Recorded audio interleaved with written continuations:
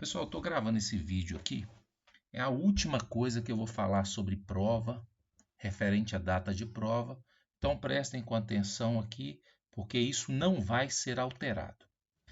Ó, primeira coisa, caso o calendário seja suspenso antes do dia 29, ou seja, antes de quarta-feira da semana que vem, nós não teremos prova e a prova só acontecerá no primeiro dia após o retorno da greve.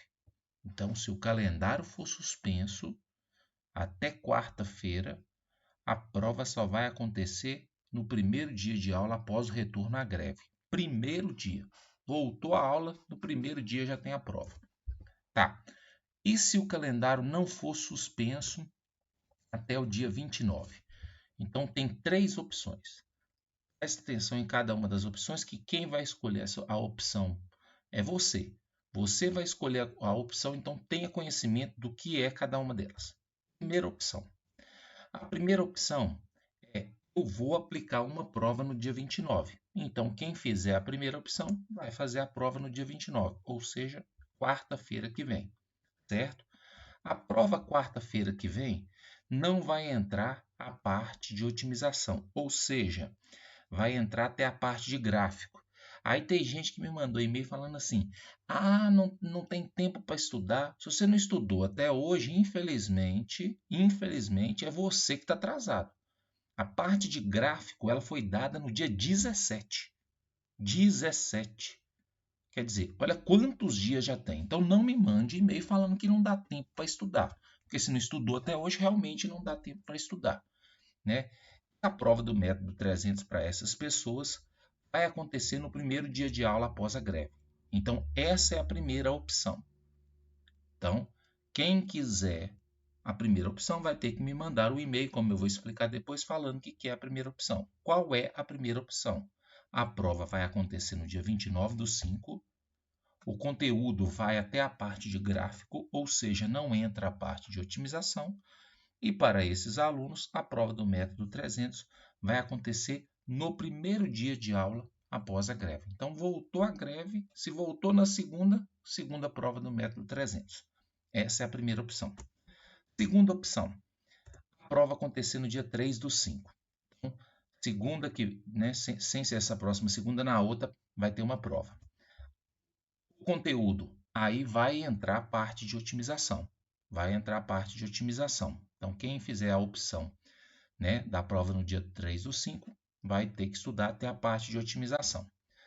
A prova do método 300 acontece no primeiro dia de aula após a greve.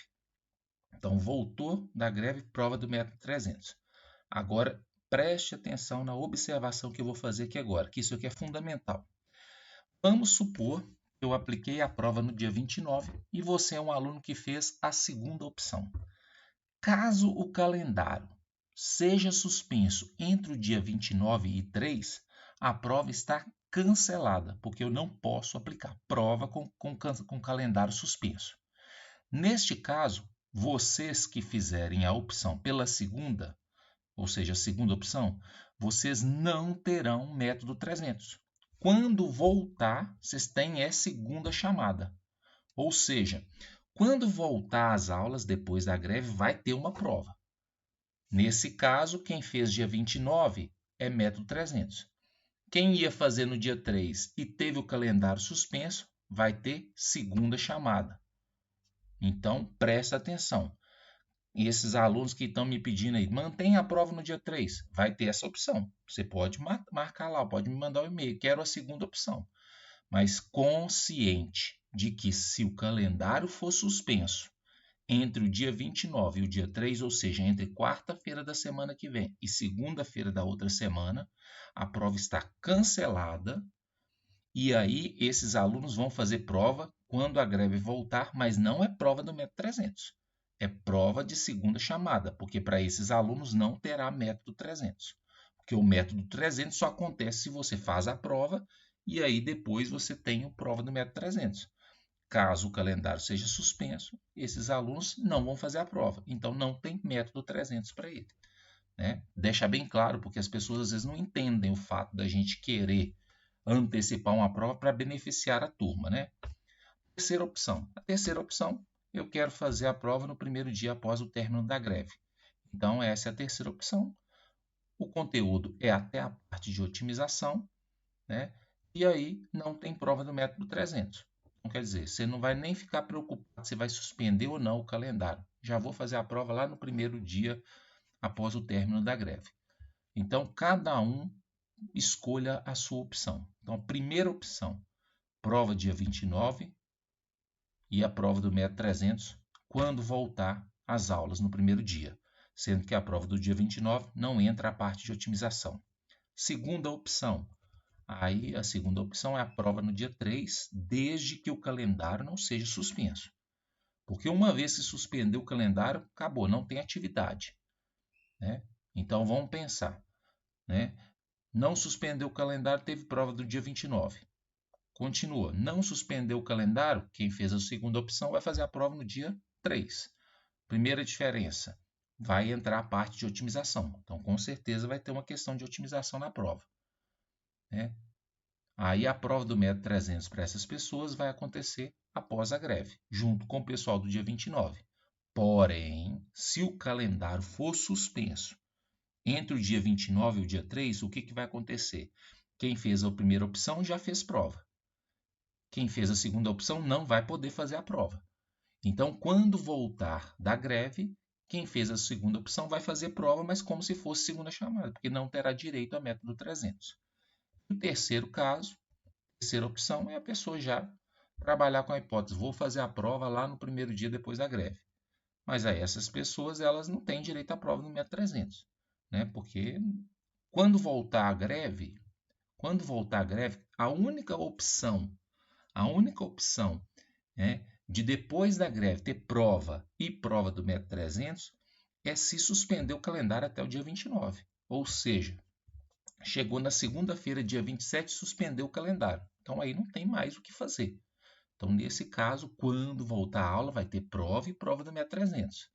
Caso contrário, não. Caso contrário, se acontecer a prova do dia 29, ou seja, se o calendário não for suspenso até o dia 29, quando voltar a aula só tem uma prova, que é no primeiro dia de aula.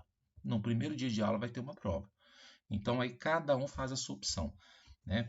Tem que me enviar o e-mail até amanhã informando qual opção, na verdade não é primeira ou segunda, é primeira, segunda ou terceira opção, né? Deve me enviar um e-mail. Presta atenção como vocês vão me enviar o e-mail. Se enviar o e-mail errado ou se não me enviar o e-mail, eu vou considerar que esse aluno vai ser da primeira opção, dia 29. E aí eu vou imprimir a prova para ele, porque eu vou ter que fazer vários tipos de prova, né? Mas se não me enviar o e-mail ou se me enviar o e-mail de forma errada, a pessoa vai ficar na primeira opção. Como que deve me enviar um e-mail, né? Porque tem gente que me envia e-mail e coloca o texto onde é o assunto. Então preste atenção. Tem lá escrito assim, ó, quando você vai preencher um e-mail, tem o lugar onde você coloca o e-mail de quem é que está recebendo, que no caso sou eu. Tem outro lugar onde você coloca o assunto. Aí vai escrever assim, prova de derivada. Só isso, mais nada.